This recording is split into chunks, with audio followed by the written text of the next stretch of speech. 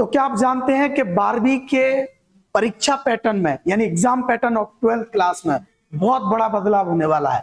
अगर नहीं जानते तो ये वीडियो पूरा का पूरा आपके लिए है, क्योंकि अभी तक जो 12वीं में जिस तरीके का रिजल्ट आता था, जिस तरीके का पेपर पैटर्न था कि 12वीं का एग्जाम दो, 12वीं का ही सिलेबस पढ़ो और उसी के अकॉर्डिंग अपनी परसेंटेज बना लो, तो मुझे लगता है कि अब ये नहीं चलने वाला है। क्यों? क्योंकि अब एनसीईआरटी की तरफ से यानी सीबीएसई की तरफ से जो सीबीएसई में होता है वो बाकी के बोर्ड में भी होने लगता है। जैसा कि हमने देखा कि पहले एनसीईआरटी केवल सीबीएसई में चलती थी, अब एमपी बोर्ड में भी चल रही है, वही एग्जाम पैटर्न भी लगभग है।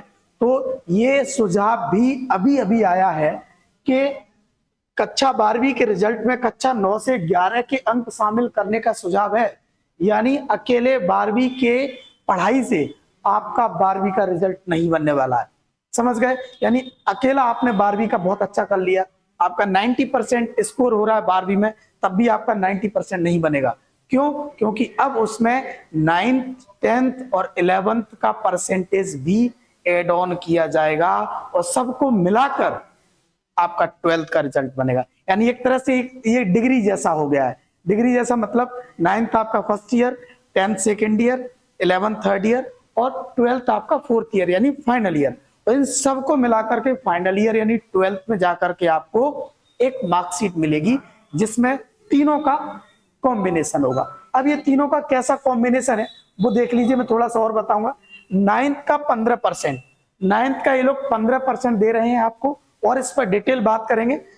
कक्षा 10th में ये दे रहे हैं आपको 20%, 11th का दे रहे हैं 25%। इन तीनों को जब अपन जोड़ते हैं तो ये हो जाता है 60%, बचा हुआ 40% आपका मिलता है 12th से। तो चलिए पूरी जानकारी के लिए न्यूज क्या है अपन न्यूज पर बात करते हैं। ठीक, न्यूज देखते हैं कि न्यूज क्या कह रहे हैं।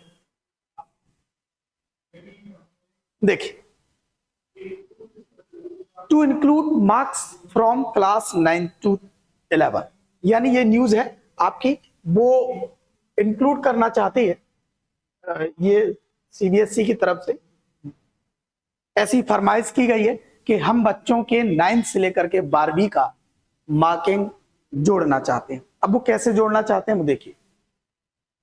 एनसीईआरटी हैज अ प्रपोज्ड, देखिए एनसीईआरटी है, एनसीईआरटी सभी जगह लागू है, तो आप ये नहीं कह सकते ये केवल सीबीएसई के लिए, कहो ये किसी भी बोर्ड में लागू हो सकने वाली बात है। Has proposed a new evaluation model of class 12, यानी क्लास 12 के लिए एक नया मॉडल लेकर के एनसीईआरटी अभी आई है।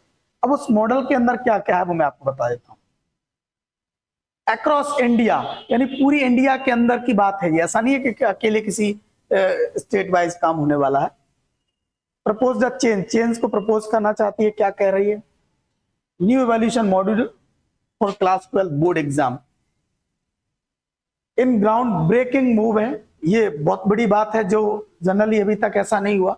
आज तक के इतिहास में 12वीं क्लास में ऐसा कभी नहीं हुआ कि 9 से लेकर के 12वीं के बच्चों को सारे मार्क्स जोड़कर उनका रिजल्ट बनाना पड़ेगा, ऐसा हुआ है।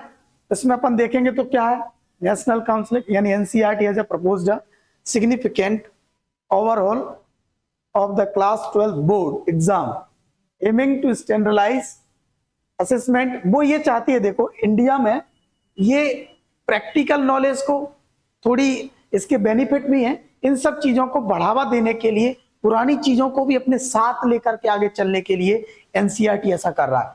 ठीक, और वो आगे क्या है इस प्रोसीजर में या इस प्रपोज में जो इसने एनसीईआरटी ने सामने रखा है, उसमें क्या क्या है? 12 board exam would not only assess student performance in the final year but also incorporate their marks from class 9 to 11। यानी वो ये कह रहा है कि अकेले 12वीं के मार्क्स से 12th का फाइनल रिजल्ट नहीं बनेगा, इसमें 9th 10th और 11th के मार्क्स भी जोड़े जाएंगे। ठीक, अब वो कैसे जोड़े जाएंगे इसका थोड़ा सा मैं ओवरव्यू यहां से सीधे सीधे दे देता हूं। देखो, marks distribution for class 12th board exam में मार्क्स डिस्ट्रीब्यूशन में वो कह रहा है अंडर द न्यू सिस्टम, यानी नई जो पॉलिसी आएगी उसके अंदर क्या होने वाला है। Students class 12 board exams would contribute 40%, यानी 12th क्लास का मात्र कितना यूज होगा 40%। यानी आपके जितने भी मार्क्स आएंगे उनका 40% निकाला जाएगा। ठीक, overall score, the remaining 60% will be determined by their cumulative performance from class 9 to 9th, 10th और 11th। कम्युलेटिव का मतलब जोड़ तोड़ करके, यानी 9, 10th, 11th की तीनों को जोड़ करके 60% का आपको परफॉर्मेंस जोड़ा जाएगा 12वीं में। अब वो कैसा रहेगा उसका आप देखो ध्यान से। वो कह रहा है कि 15% फ्रॉम 9th, यानी 15% आपका 9th की परसेंटेज जुड़ने वाली है। 20% फ्रॉम 10th, 20% आपका 10th का इसको 12th में जोड़ने वाला है। ठीक, नेक्स्ट 25% फ्रॉम 11th। अब जो लोग 11th में मस्ती करते थे ना, कह रहे 12वीं में देखेंगे एक साथ, 11वीं पढ़ेंगे ही नहीं, और 12वीं की पढ़ाई भी कुछ लोग 11वीं में करते रहते, उन लोगों को हम बता दें भाई साहब, अब 11वीं का 25% आपका 12वीं में जुड़ने वाला है, इसीलिए इज्जत से 11वीं भी पढ़नी पड़ेगी। समझ में आया? ठीक, तो ये पूरा का पूरा एक पैटर्न है, ये इसकी न्यूज अभी एकदम ताजा ताजा है, और ऐसा करने के पीछे का कारण क्या है वो मैं कुछ बेनिफिट्स आपको बता देता हूं। सरकार या एनसीईआरटी चाहती है कि बच्चों पर एक साथ लोड ना पड़े। मुझे लगता है लोड बढ़ा दिया है, ये सोच अलग है, लेकिन वो अच्छे से सोच रहे हैं, उन्हें नहीं मालूम कि बच्चे कैसे सोचते हैं। बच्चे ऐसे सोचते हैं कि उन्हें 9th में नहीं पढ़ना, सीधा 12th में पढ़ना है, लेकिन एनसीईआरटी ये चाहती है कि आप थोड़ा बहुत 9th में पढ़ो, थोड़ा बहुत 10th में पढ़ो, तो दोनों का मिला के आपका काम चलेगा। फिर बच्चे ये चाहते हैं कि 11th में बिल्कुल नहीं पढ़ना, 12th में पढ़ना, एनसीईआरटी चाहती है कि आप 11th में भी अच्छे से पढ़ें, तो वहां का भी आपको वेटेज 12th में मिलने वाला, तो टेंशन थोड़ी सी कम होगी। ठीक, असेसमेंट मॉडल्स बनाने पर लोगों के जो ज्यादा रहेंगे, प्रैक्टिकल नॉलेज ज्यादा दे पाएंगे, जब थ्योरेटिकल मार्क्स थोड़ा सा कम होगा। ठीक, जॉब मार्केट, मतलब जब अपने सीधी सी बात है कि नॉलेज पूरा का पूरा रहेगा, 9 से लेकर 12th कलेक्टिव नॉलेज आपके पास रहेगा। क्यों? क्योंकि आपको उस लेवल से पढ़ना पड़ेगा, डीप में पढ़ना पड़ेगा, तो इसकी जरूरत जॉब में पड़ती है। मार्केट में जब भी आप जाओगे तो आप एक अच्छा परफॉर्मेंस कर पाओगे।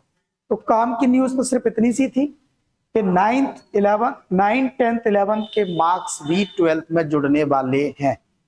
ठीक, अभी एनसीईआरटी ने प्रपोज रखा है, अब अगर इस पर आखिरी ठप्पा लगता है, सरकार का मंजूरी मिलती है शिक्षा मंत्रालय से, तो ये नियम बन जाएगा, और जैसे ये नियम बनेगा पूरे देश में लागू होगा, और सीबीएसई में मुझे लगता है पहले लागू होगा, उसके तुरंत बाद ये एमपी बोर्ड या स्टेट गवर्नमेंट के जितने भी बोर्ड है वहां पर लागू होने वाला।